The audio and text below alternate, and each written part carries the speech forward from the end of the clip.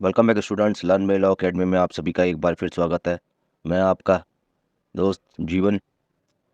आज हम शुरू करने वाले हैं Chaudhary Charan Singh university second semester jurisprudence to legal and legal personality.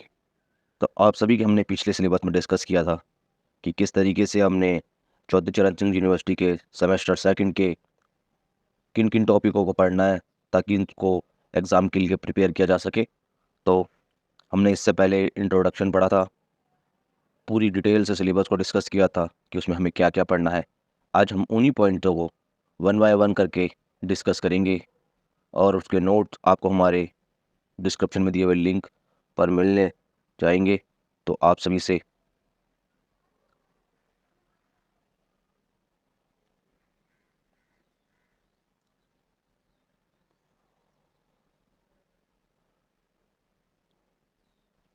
चलिए शुरू करते हैं।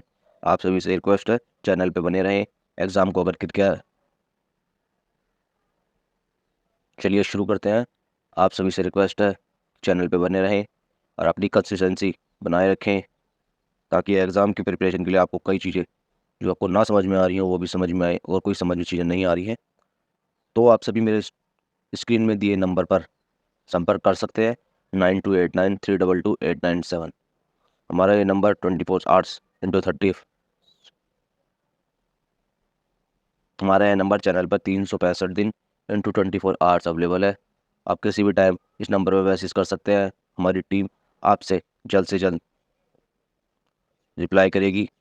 तो चलिए शुरू करते हैं। Legal person and personality. चलिए इसके अंदर हम सबसे पहले डिस्कस करेंगे कि हम इसमें पढ़ने वाले क्या हैं।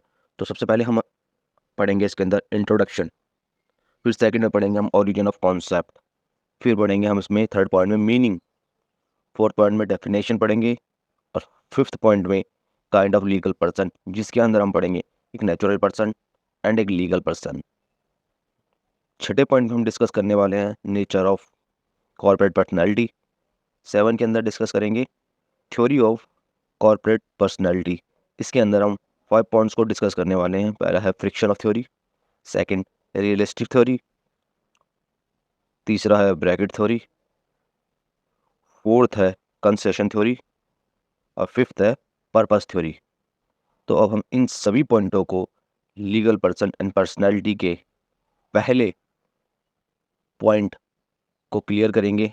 फिर इसके बाद हम आगे बढ़ेंगे जो है लीगल राइट्स एंड ड्यूटीज़ का। तो चलिए शुरू करते हैं इंट्रोडक्शन। उससे पहले मैं बता दूं, अगर किसी को कोई समस्या हो, फिर बता रहा हूं आप सभी को, अगर किसी को किसी सब्जेक्ट या किसी टॉपिक से रिलेटेड कोई परेशानी हो तो आप हमारे स्क्रीन पर दिए नंबर 9289322897 पर संपर्क कर सकते हैं, या एक मैसेज कर सकते हैं, व्हाट्सएप मैसेज कर दीजिएगा, या फिर कमेंट में आप हमारे को बता सकते हैं कि आपको क्या समझ में नहीं आया और क्या समझ में आया है। चलिए शुरू करते हैं।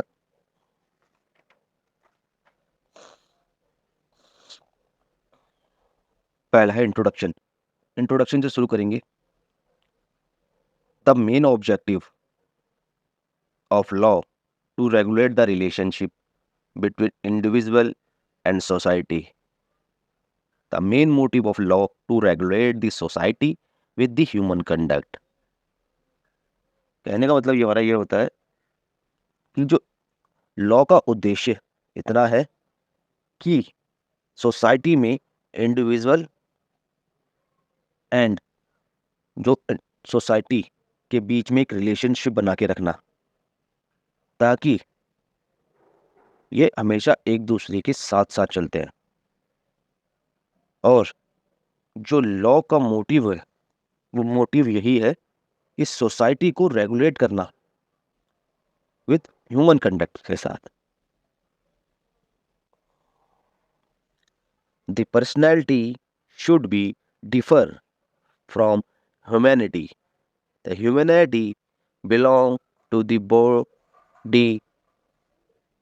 The humanity belong to the only a natural person, but personality has a technical meaning and it include non-living object also. Thus the personality is wider than the humanity। कहने का मतलब ये हुआ कि ह्यूमैनिटी जो है, मानवता जिसे हम कहते हैं, वो पर्सनैलिटी से बिल्कुल डिफर होती है।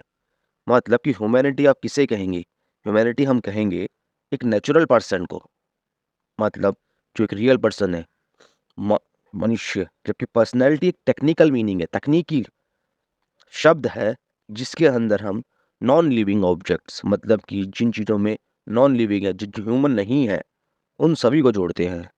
इसलिए ह्यूमैनिटी से बड़ा यहाँ पर्सनैलिटी का कॉन्सेप्ट है टेक्निकल मीनिंग में, वाइडर कॉन्सेप्ट है टेक्निकल मीनिंग में पर्सनैलिटी का। चलिए आगे देखते हैं। The origin of the concept, the word person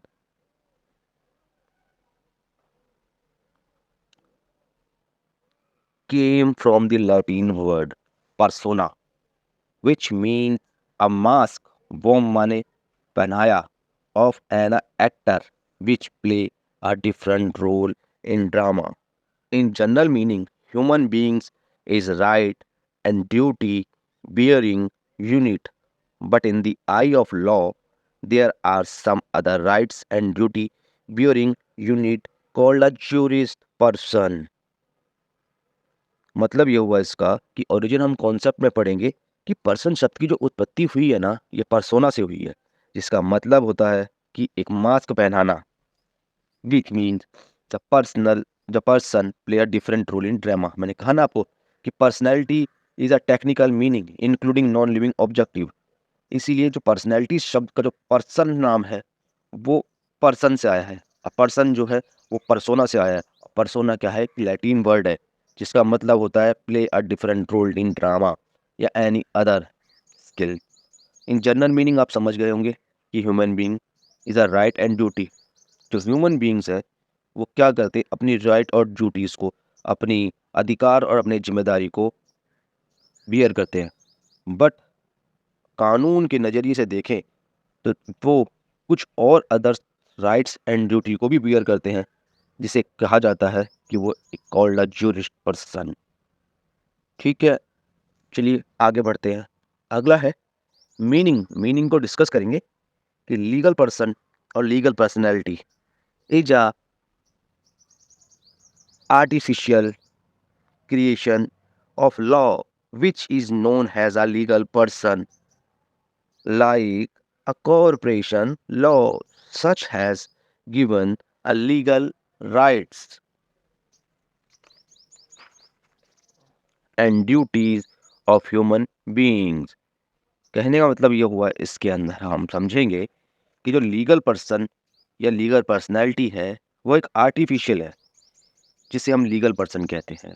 जैसे कि कॉर्पोरेट ऑफ लॉ या कॉर्पोरेशन ऑफ लॉ, इनके कुछ लीगल राइट्स होते हैं और कुछ लीगल ड्यूटीज होती हैं जो ह्यूमन बींग्स की तरह होती है। ठीक है, अब हम इसके अंदर डिस्कस करेंगे डेफिनेशन। डेफिनेशन में है कि सेवेगिनी ने क्या कहा? सेवेगिनी ने कहा कि person is a subject of bear of rights, मतलब बियर ऑफ राइट्स मतलब अधिकारों को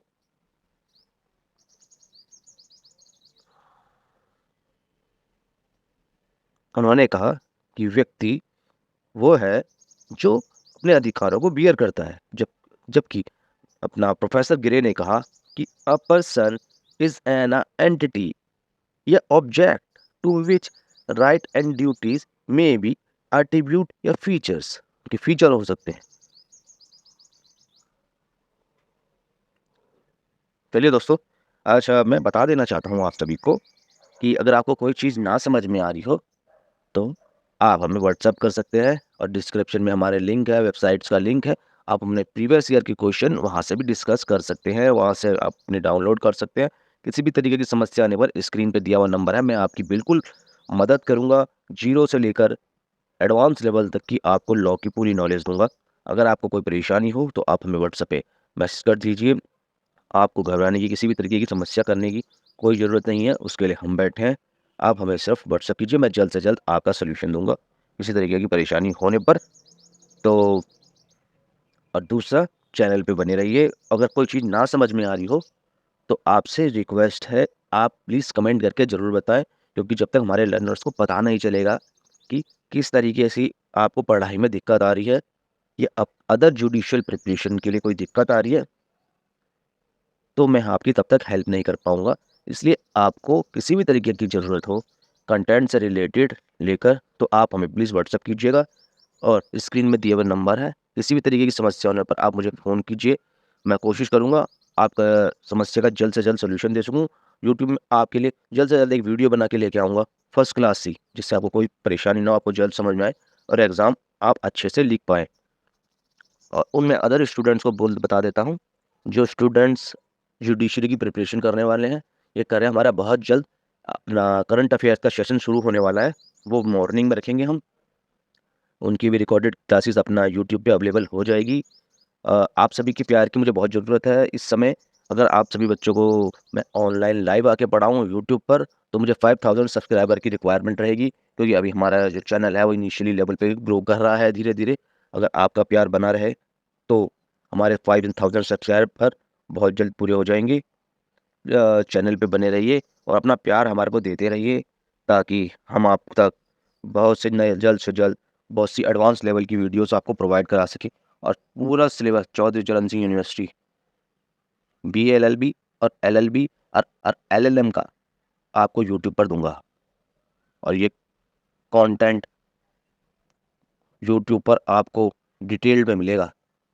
कहीं किसी यूट्यूब पे अभी तक इतना डिटेल्ड सिलेबस होगा नहीं, आगे होगा इसकी भी मैं नहीं कह सकता, लेकिन हाँ, इस टाइम जो मैं वीडियो बनाऊंगा, आपको वीडियोस दूंगा, ये पूरा सिलेबस आपका कवर होगा। साथ ही साथ जो इंडिया की अदर जुडिशरी सर्विस की आप प्रिपरेशन कर रहे हैं, उन सब के लिए भी ये टॉपिक बेनिफिशियल होने वाला है। हमारा जो मोटिव है आपके लिए लॉ के रिलेटेड, अखंड भारत लॉ की नॉलेज को पहुंचाना। तो आप हमारे साथ बने रहिए। चलिए आगे डिस्कस करते हैं लीगल पर्सन। लीगल पर्सन दो तरीके के होते हैं। पहला तो होता है नेचुरल पर्सन और फिर होता है लीगल पर्सन। अब नेचुरल पर्सन के बारे में तो आप जान ही गए होंगे कि नेचुरल पर्सन हो गए ह्यूमन बींग्स और लीगल पर्सन हो गए जो टेक्निकली बने होते हैं। तो लिए नेचुरल पर्सन में हम देख लेते हैं। A natural person is a living human being, but all the living human being not a legal person which not recognized has a person in law. Natural person जो है वो लिविंग बीइंग तो हो सकते हैं, मतलब वो जीवित या जीवित रहते हैं। उनमें जीवित पर्सन किसे कहते हैं? जो सांस लेते हैं, खाना खाते हैं। It is a living person. But कानून की नज़रों में, कानून की नज़रों में living human beings not a legal person. कानून करता है कि एक जो लिविंग पर्सन होते हैं वो लीगल पर्सन नहीं है, जब तक भी कि कानून उसको रिकॉग्नाइज ना करे। एग्जाम्पल के लिए, for the abolition of slavery, slavery बोलते हैं, स्लेवरी का शब्द का मतलब आप इस तरीके से समझेंगे कि पहले के ज़माने में या एक काफ़ी सालों पहले लोग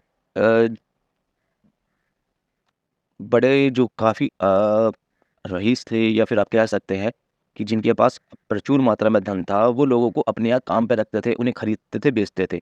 ये काम पहले कई देशों द्वारा क्यों किया जाता था? पहले ये एक प्रथा की तरह चलती थी कि इंसानों की खरीदी और बेची जाती थी और उनसे अपने पास काम किया कराया जाता था।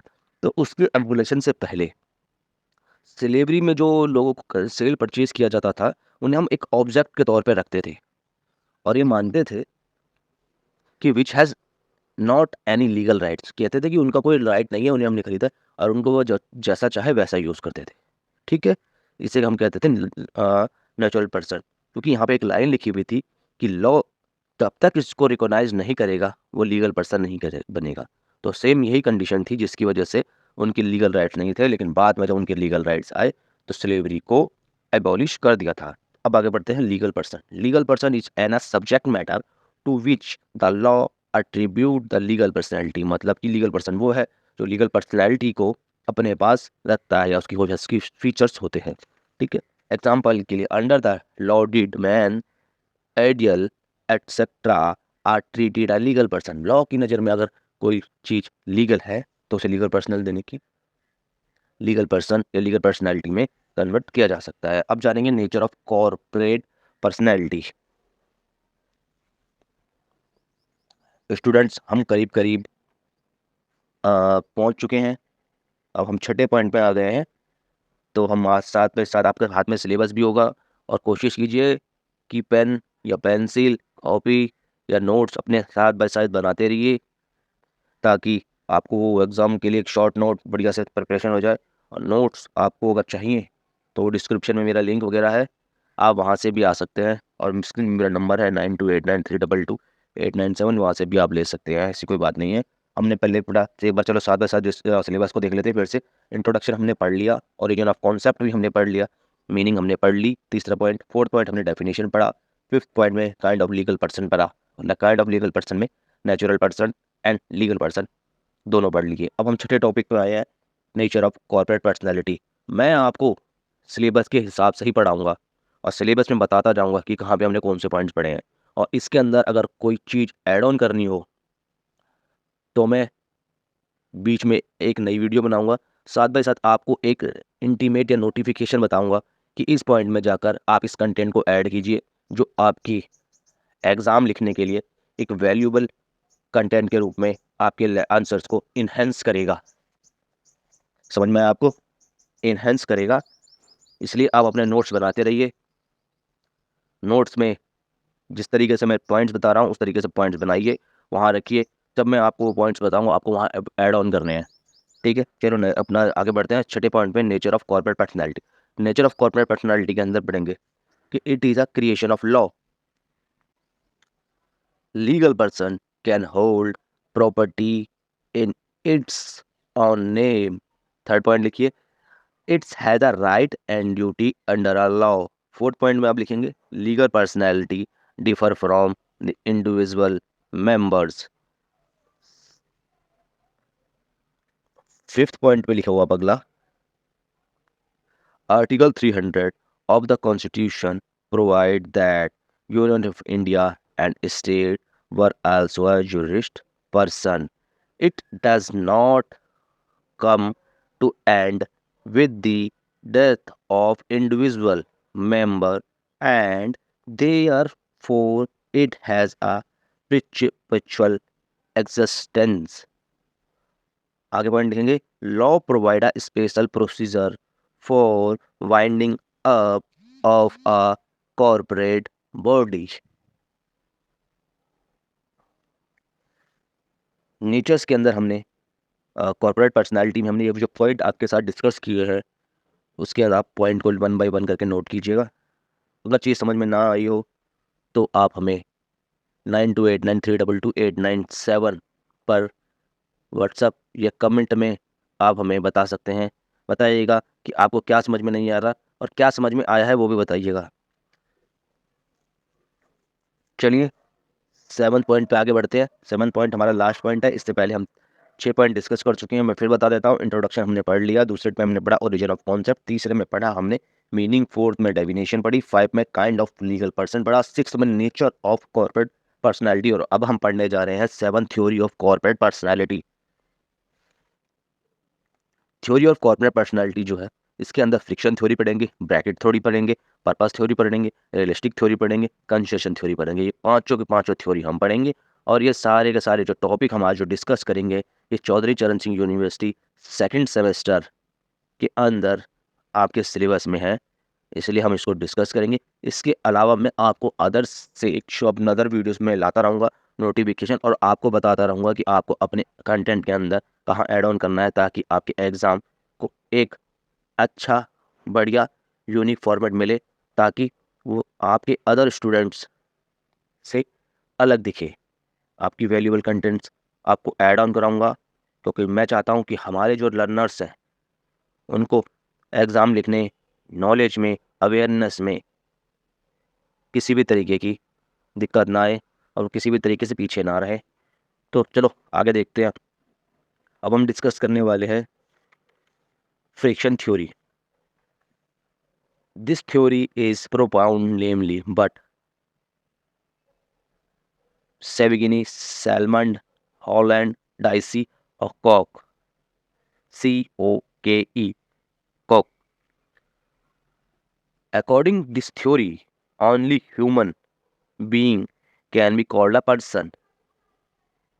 The corporation not being a real personality because it has no will, no mind, no ability to act.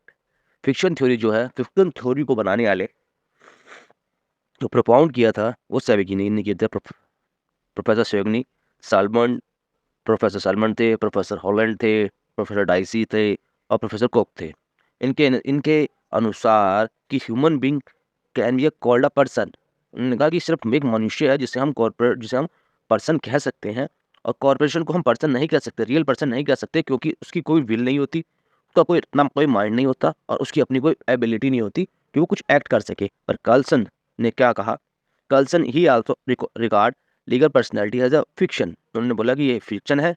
और सालमन ने कहा कि हाँ, कि सालमन ने कहा कि ही आल्सो सपोर्ट, वो सपोर्ट करते हैं इस व्यू का कि corporation has a fictitious existence. It is differ from its member and capable after all the member have ceased to exist. उन्होंने कहा कि वो इस व्यू को भी सपोर्ट करते हैं जो फिक्शन थ्योरी में कही गई है. वो कहते हैं कि हाँ, कि it is differ from its member. जो कॉर्पोरेट पर्सनालिटी है वो अपने उसके रियल मेंबर से डिफर करती है. आगे हम पढ़ेंगे रियलिस्टिक थ्योरी. रियलिस्टिक थ्योरी के अंदर पढ़ेंगे कि this theory of personality also known as a group personality. A theory is a organic theory. There are two main important theory. First is that Greek and Maitland. In this point we have discussed the two important theories. First is Greek and another is Maitland. The founder of realistic theory was German jurist. It means that the German jurist, the founder of realistic theory, Johannes Althusius, Althusius. The main propounder was Greek. Main propounder is Greek. It means say that मैं आपको बता देना चाहता हूँ कि दो main थे और दो इन्होंने अपना इम्पोर्टेंट थ्योरी दी थी. ग्रीक एंड मैटलैंड थे और उनकी ही थ्योरी पे ऊपर हम डिस्कस करने वाले हैं. जो रियलिस्ट थ्योरी के जो फाउंडर थे वो जर्मन के रहने वाले थे और जर्मन जूरिस्ट थे जिन्हें जॉन एथ्यूसियस कहते हैं. द मेन प्रोपाउंडर वाज, उसके जो प्रोपाउंडर थे वो ग्रीक. ठीक है, तो आई थिंक कि every student is, I think are you understand my learners. If you think कि अगर मैं समझ पा रहा हूँ तो ये आपको समझ में आ रहा है तो प्लीज़ कमेंट करके, फास्ट कमेंट करके मुझे बताइए कि आपको समझ आया कि नहीं आया. और चलिए आगे बढ़ते हैं. अगला पढ़ने वाले हैं अकॉर्डिंग टू ग्रीक पढ़ेंगे. According to Greek we believe that the every collective group has a real mind, a real will, and real power of action. A corporation, therefore, has a real existence irrespective of fact, whatever it recognized by state or not. The existence of corporation is real and not based on any fiction. Gray was opposed this fiction theory. Greek का मानना था, या वो उनका विश्वास था कि every collective group, तो जो कलेक्टिव ग्रुप होते हैं उनके अपने माइंड होते हैं, उनकी अपनी इच्छाएं होती हैं, उनकी अपनी रियल पावर ऑफ एक्शन होता है जिससे वो परफॉर्म करते हैं. वो कहते हैं कि स्टेट, उनका मानना था कि अगर स्टेट उन्हें रिकॉग्नाइज कर दे तो उनका कहना था कि कॉरपोरेशन जो है वो एक रियल एग्जिस्ट करता है इस respect of fact, whatever it recognized by a state and not. मतलब उन्होंने ये बात क्यों कही? उन्होंने ये बात इसलिए कही क्योंकि जो ग्रुप ऑफ पर्सन्स है it will be a make a combination of legal or a combination of one by individuals, one two या two more. तो अगला हम डिस्कस करने वाले हैं ब्रैकेट थ्योरी।